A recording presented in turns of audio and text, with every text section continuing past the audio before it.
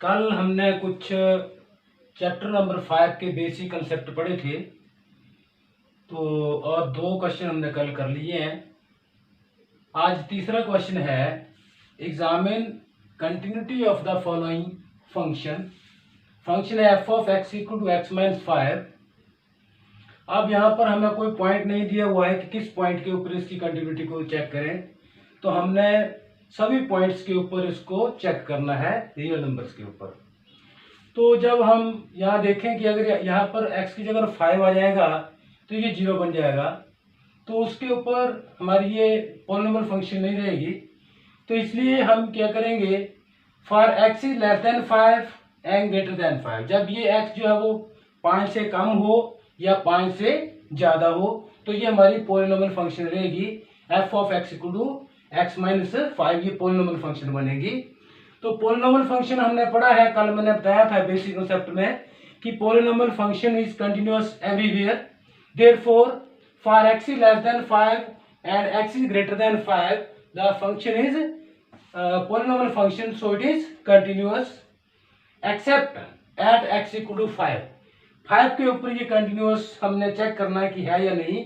अभी हम नहीं कह सकते हैं, जब तक ये पॉलिनोमियल फंक्शन है तब तो हमने कह दिया कि ये पॉलिनोमियल फंक्शन है for x is greater than 5 and less than 5, तब तो वो कंटिन्यूअस है। अब 0 के ऊपर चेक करेंगे, continuity at x equal to 5, 0 के बनेगी 5 के ऊपर, जब फंक्शन हमारी 0 बनेगी।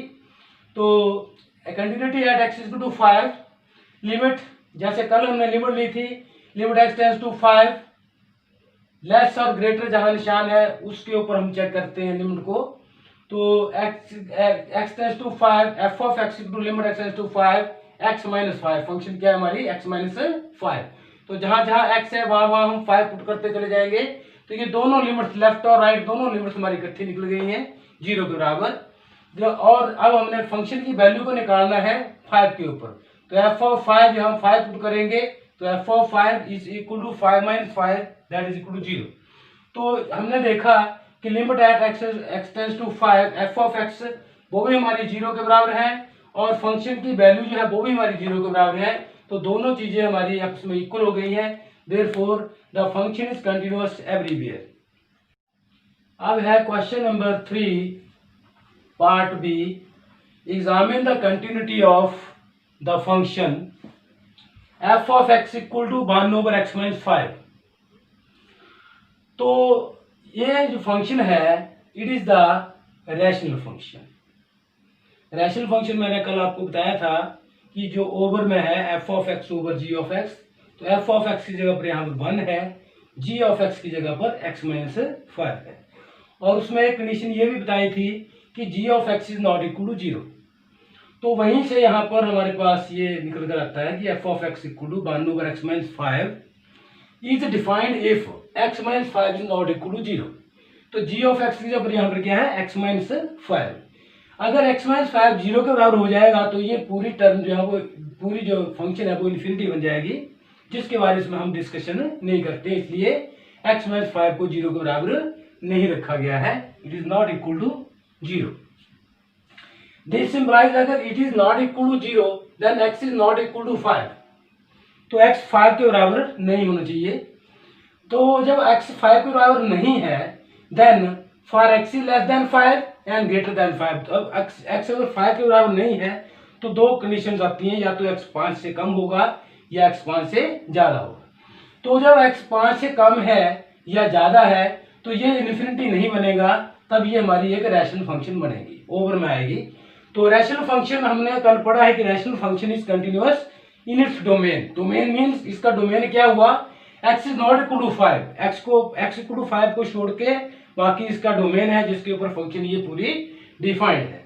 तो रैशनल फंक्शन इज कंटिन्यूअस, ये हमने पढ़ा हुआ है in its domain, therefore it is a rational function, so it is continuous in its domain. अब है question number 3 part C, examine the continuity of the function f of x equal to x square minus 25 over x plus 5।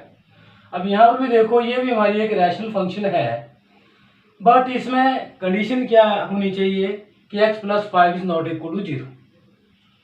क्योंकि denominator में x plus 5 है, rational function है, तो g of x की जगह पर हमारे पास x प्लस 5 है। तो f of x equal to x square minus 25 over x plus 5 is defined if x plus 5 is not equal to 0। This implies x is not equal to minus 5 को परे लेंगे तो x is not equal to minus 5। For x is less than minus 5 and greater than minus 5। अब हम check करेंगे x is not equal to minus 5 है तो या तो x हमारा माइनस 5 से कम हो सकता है या ग्रेटर होगा माइनस 5 से। तो जब लेस या ग्रेटर है, जब यहाँ इक्वल टू माइनस 5 है तब तो ये इन्फिनिटी बन रहा है, जब ये लेस और ग्रेटर है तो ये हमारी रैशनल फंक्शन बन रही है। अब रैशनल फंक्शन के बारे में कल हमने पढ़ा है कि rational function is continuous in its domain, so it is the function it is the function which is continuous in its domain। अब है क्वेश्चन नंबर 3 का पार्ट नंबर डी पार्ट होगा शायद, ये डी है या कोई पार्ट है।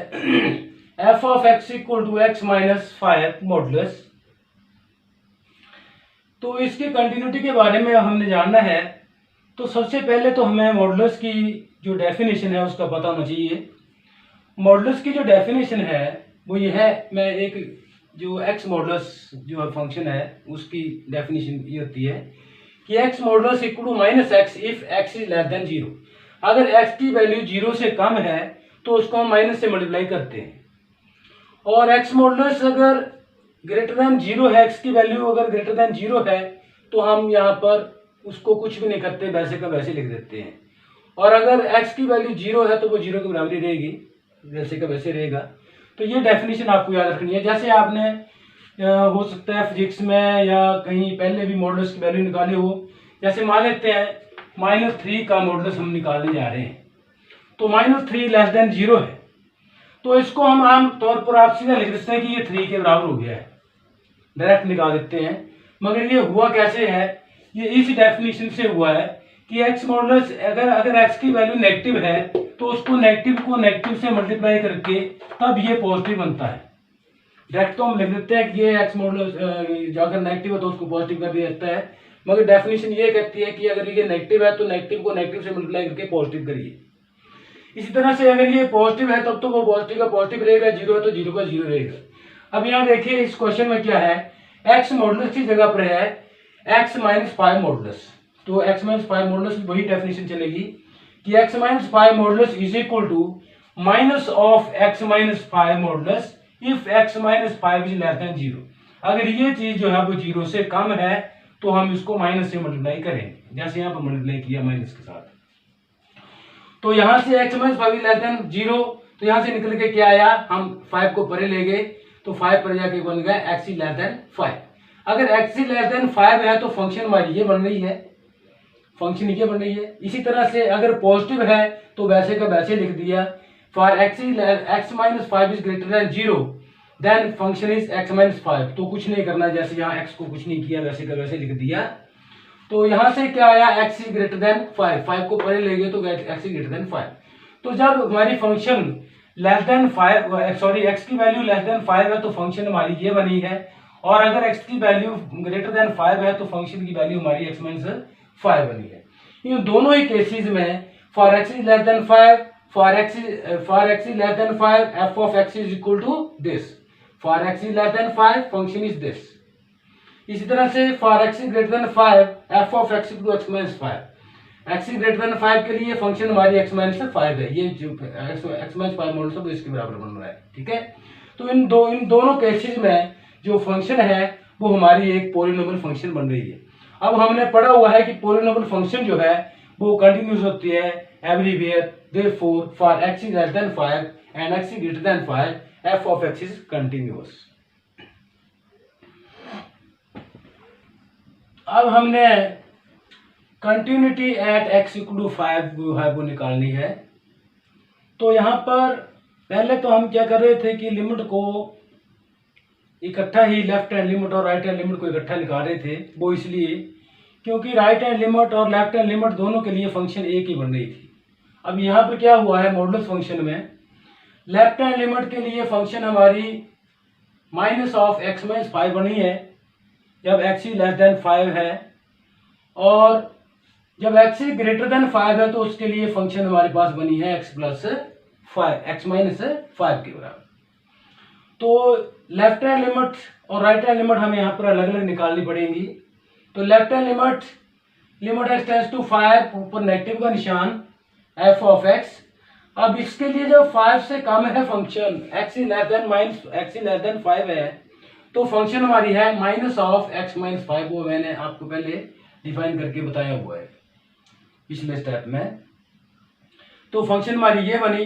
अब लेफ्ट हैंड लिमिट को निकालने के लिए हम एक्स टेंड्स टू 5 माइनस का निशान है, इसको चेंज करेंगे लिमिट एच टेंड्स टू 0, क्योंकि 5 में से हमने बहुत छोटी क्वांटिटी माइनस की है, तभी हम 5 के बिल्कुल पास रहे हैं। उस छोटी क्वांटिटी को हम h का नाम दे रहे हैं। तो h tends to 0 minus of 5 minus h, 5 में से h को माइनस करा है तो x की जगह पर 5 माइनस h आ जाएगा यहाँ पर। तो 5 से पीछे है x की वैल्यू, तो उसको 5 माइनस h करके माइनस ऑफ 5 दिस। अब यहाँ पर h की वैल्यू को पुट कर दिया है तो h की वैल्यू यहाँ पर 0 आ जाएगी, 5 माइनस 0 माइनस 5। तो यहाँ मैंने लिखा नहीं है, लिख भी सकते हैं 5 माइनस 0 माइनस 5। तो ऐसे करके ये आपस में कैंसिल होकर के 0 हो गया। इसी ढंग से राइट हैंड लिमिट के लिए हम limit x tends to 5, positive निशान है, राइट हैंड लिमिट है f ऑफ x। तो राइट हैंड लिमिट के लिए जब x ग्रेटर देन 5 है, x ग्रेटर देन 5 है तो फंक्शन हमारी बनी है x माइनस 5 के बराबर। तो x माइनस 5 के बराबर बनी है, इसलिए लिमिट x टेंड्स, जैसे हमने यहाँ से 5 में से h को माइनस किया है उसी ढंग से हम h प्लस करेंगे राइट हैंड लिमिट के लिए। तो यहाँ पर क्या किया हमने, as x tends to 0 is very very small quantity which is added in 5 में जो हमने ऐड की है थोड़ी सी, जैसे वहां पर लेफ्ट हैंड लिमिट के लिए लेस की है, यहाँ पर हम ऐड करेंगे h tends to 0, 5 of h 5 plus h, x 5 plus h आ जाएगा, minus of 5 is equal to 0। तो यहाँ देखो लेफ्ट हैंड लिमिट आपकी वो भी 0 आ रही है, राइट हैंड लिमिट भी 0 आ रही है।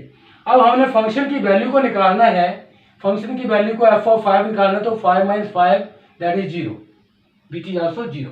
तो यहाँ पर हमारे पास क्या हुआ, left hand limit right hand limit value of the function at the point 5 it is equal to 0, hence the function is continuous at x equal to 5।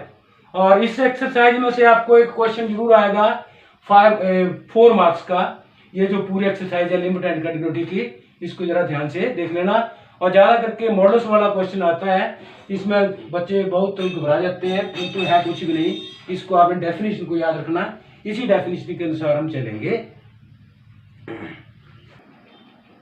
Question number 4 जो है वो आप खुद करेंगे, उसमें कुछ भी नहीं है, आपने लिमिट निकालनी है। जैसे नॉर्मल आप लिमिट निकाल रहे हैं वैसे ही वैल्यू को पुट करना है। क्वेश्चन नंबर 5 देखिए, as the function f defined by f of x equal to x if x is less than और equal to 1, f of x equal to 5 if x is greater than 1, is continuous at x equal to 0, x equal to 1, x equal to 2। हमने ये देखना है कि क्या ये function जो है वो 0 के ऊपर, 1 के ऊपर और 2 के ऊपर कंटिन्यूअस है या नहीं है। तो पहले हम चेक करेंगे एट x इक्वल टू 0। पहले हम फंक्शन को देखें, फंक्शन में क्या है, फंक्शन दो ढंग से डिफाइंड है कि अगर x इज लेस देन 1, अगर इस नंबर लाइन के ऊपर देखिए आप, ये 0 है, ये 1 है, ये 2 है, और यहाँ पर देखें कि फंक्शन जो है वो जो अगर x इज लेस देन 1, अगर 1 से कम है तो फंक्शन हमारी f of x equal to x के बराबर है। मतलब 1 से कम है तो function f of x equal to x के बराबर है।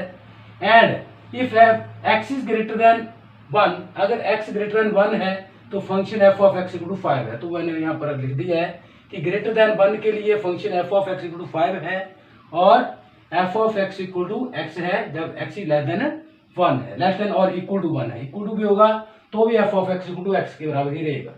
तो अब देखो जब एट एक्स इक्वल टू 0 तो 0 जो 1 से कम है तो फंक्शन हमारी f of x equal to x ही रहेगी।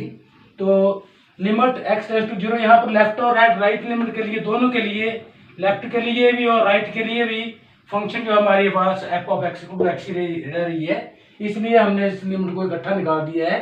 Limit x tends to 0 f of x is equal to limit x tends to 0 x, क्योंकि एफ ऑफ एक्स जो है एक्स के बराबर है, एक्स इक्वल टू, अब 0 यहाँ पर लिमिट को पुट कर दिया तो वो 0 के बराबर आ गया, एक्स की जगह पर 0 पुट कर दिया। इसी ढंग से अब हमने एफ ऑफ सी को निकालना, जैसे डेफिनेशन में सी बताया था, तो यहाँ सी की जगह पर क्या है, 0 है, तो f of 0 is equal to 0 यहाँ पर पुट कर दिया। एफ ऑफ 0 यहाँ पर, क्योंकि एफ ऑफ एक्स जो हमारा क्या है, एफ ऑफ एक्स जो है वो एक्स के बराबर है, f of x equal to x है, इसलिए जब हम एफ ऑफ 0 निकालेंगे तो 0 पुट कर दिया यहाँ पर, तो यहाँ भी जहाँ जहाँ एक्स है वहाँ 0 पुट हो जाएगा। तो देखो limit x tends to 0 f of x is equal to f of 0 is equal to 0, ये दोनों चीजें हमारे पास इक्वल हो गई, therefore the function is continuous at x equal to 0। अब हमने लिमिट को निकालना है एट एक्स इक्वल टू 1। तो 1 के ऊपर देखो फंक्शन हमारी दो ढंग से डिफाइन है, f of x equal to x if x is less than 1।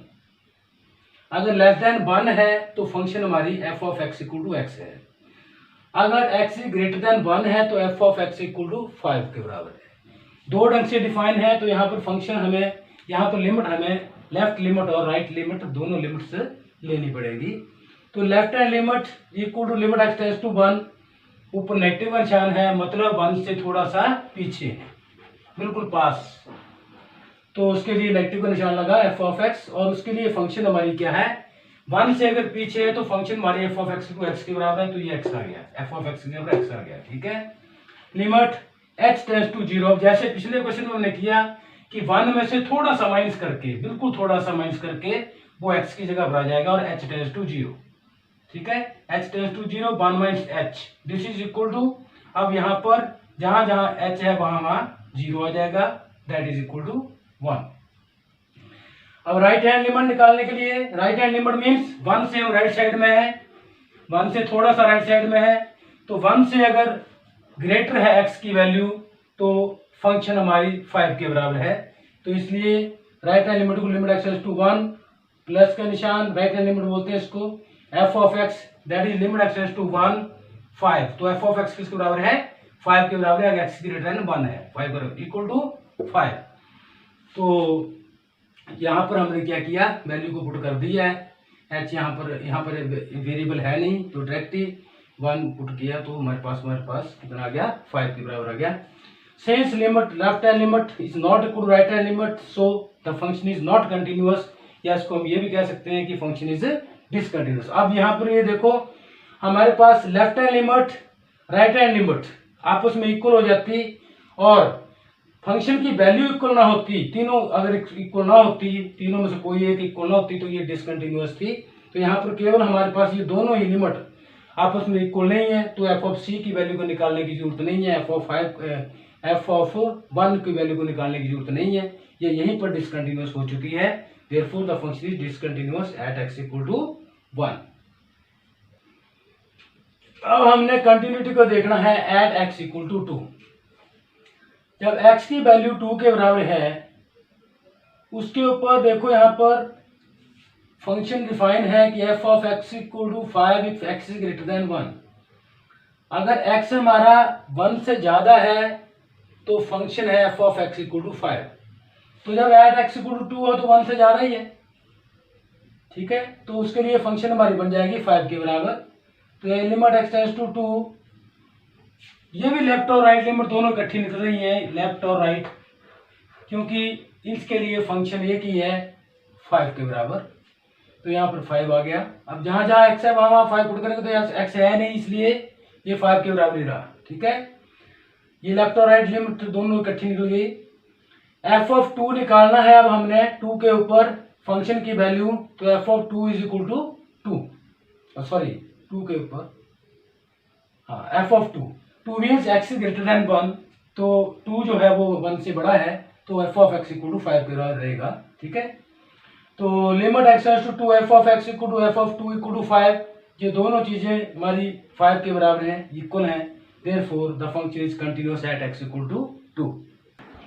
Question number 6 है, find the points of discontinuity of f defined by f of x equal to 2x plus 3 if x is less than or equal to 2, f of x equal to 2x minus 3 if x is greater than 2। तो solution है f of x equal to this is given। अब हमने function को दो ढंग से define किया हुआ है, तो वो क्या है कि जब x is less than 2 है, नंबर लाइन के ऊपर देखो 0 1 2, अगर 2 या 2 से कम है तो फंक्शन बनती है f of x equal to 2x plus 3, और अगर 2 से ज्यादा है x की वैल्यू तो फंक्शन बनती है 2x माइनस 3। इसके ऊपर आपने ध्यान देना है। तो जब 2 से ज्यादा है या 2 से कम है तो हमारे पास फंक्शन बन रही है for x is less than 2 f of x equal to 2x plus 3 and for x is greater than 2 f of x to 2x minus 3। In both the cases F X is polynomial function. इन दोनों cases में ये function हमारी polynomial function बन रही है। सो हमने पढ़ा है कि polynomial function is continuous everywhere, therefore it is continuous for x is greater than 2 and x is less than 2। अब लिमिट निकालेंगे हम एट एक्स इक्वल टू 2। तो एट एक्स इक्वल टू 2 के लिए फंक्शन हमारी जो है वो लेस और ग्रेटर के ऊपर देखना है। तो लेस जब लेस देन 2 है तो फंक्शन हमारी ये है, ग्रेटर देन 2 है तो फंक्शन हमारी ये, ठीक है। तो इसके लिए फंक्शन दो ढंग से डिफाइन है, लेफ्ट के लिए अलग और राइट के लिए अलग। इसलिए हम इस फंक्शन को लेफ्ट हैंड लिमिट और राइट हैंड लिमिट दो तरह की लिमिट निकालनी पड़ेगी। यहाँ पर लिमिट डायरेक्ट नहीं निकलेगी, दोनों की इकट्ठी नहीं निकलेगी। तो लेफ्ट हैंड लिमिट के लिए लिमिट एक्स टेंड्स टू 2 से थोड़ा सा कम, इसलिए यहाँ पर 2 के ऊपर नेगेटिव का निशान लगा है f ऑफ x। तो जब x इज लेस देन 2 है तो फंक्शन है हमारी 2x प्लस 3, तो फंक्शन आ गई 2x plus 3, x tends to 2 from left side. Limit x tends to 0 मतलब 2 में से थोड़ा सा माइनस किया, जितना छोटा आप माइनस कर सकते हैं उसको h सपोज कर लिया। तो as x tends to 0 2 into जहाँ जहाँ x है वहाँ 2 माइनस h आ जाएगा, 2 में से थोड़ा सा माइनस करके, मतलब x की वैल्यू को 2 माइनस h पुट किया है प्लस 3। अब यहाँ पर हम क्या करेंगे, h की वैल्यू को 0 पुट कर देंगे, लिमिट की वैल्यू को 0 पुट कर देंगे। तो 0 पुट कर दिया तो 2 टू द 4 प्लस 3 7। अब ये तो आ गई लेफ्ट हैंड लिमिट। अब राइट हैंड लिमिट के लिए right hand limit h as x tends to 2 from right side f of x। तो यहाँ पर लिमिट जब राइट हैंड लिमिट हम लेंगे तो फंक्शन हमारी 2x माइनस 3 के बराबर है, यहाँ पर डिफाइन है। Then x is greater than 2 तो फंक्शन है 2x माइनस 3, तो 2x माइनस 3 के बराबर है function. Therefore limit x tends to 0 2 into, अब जहाँ जहाँ x है वहाँ 2 प्लस h आ जाएगा, 2 से थोड़ा सा राइट साइड। तो जहाँ जहाँ राइट साइड लेंगे तो 2 प्लस h होगा, लेफ्ट लिमिट लेंगे तो 2 माइनस h होगा। किसी पॉइंट के ऊपर हम लिमिट ले रहे हैं, लेफ्ट हैंड लिमिट ले रहे हैं तो उस पॉइंट में से h माइनस होगा, या राइट हैंड लिमिट ले रहे हैं तो उस पॉइंट में h प्लस होगा, और एज x टेंड्स टू 0। तो यहाँ पर 2 प्लस h इसकी जगह पर आ गया, x की जगह पर 2 इंटू 2 प्लस h माइनस 3, ऐसे है ये। तो अब जब हमने यहाँ पर वैल्यू पुट कर दी तो 4 plus 4h 4 plus 2h 4h है 2h 2 to the 4 2h minus 3 4 plus यहाँ पर 2 इंटू h 0 आ गया, 0 पुट कर दिया तो 0 हो गया, minus 3 equal to 4 minus 3 that is 1। तो लेफ्ट हैंड लिमिट हमारी आ गई 7 के बराबर, राइट हैंड लिमिट आ गई 1 के बराबर। तो left hand limit is not equal right hand limit, so the function is discontinuous.